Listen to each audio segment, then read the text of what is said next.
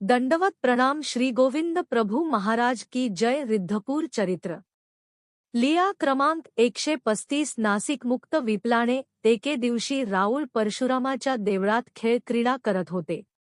कोणी एक ठाकूर सहकुटुंब राऊळांच्या दर्शनासाठी आला. ठाकुराच्या पत्नीने मोठा मोती नाकात घातला होता. राऊळांनी तो पाहिला आणि मस्करी करत राऊळ म्हणाले, "आहो मेली जाय सेंबूड सेंबूड होय म्हणे. आहो मेली जाय उळीकांदा उळीकांदा होय म्हणे. आहो मेली जाय ढीमा ढीमा होय म्हणे.